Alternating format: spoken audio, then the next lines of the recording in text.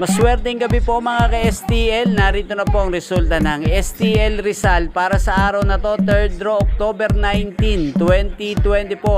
Araw ng Sabado, naway ang mga natayan niyo pong mga numero kanina ay manalo nawa ngayong gabing ito, 8:45 PM. Kaya kunin niyo na po ang inyong mga tickets. Narito na po ang resulta.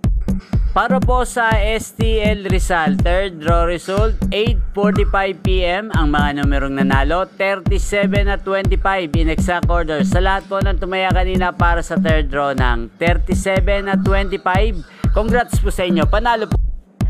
Ang STL Rizal ay napapanood nyo po sa channel na to, Roderick Hernandez TV, araw-araw mula Lunes hanggang Linggo, every 11 AM, 4 PM at 8:45 PM. Maraming salamat po sa panonood nyo sa aking channel. Huwag pong kalimutang mag-subscribe. Thank you for watching.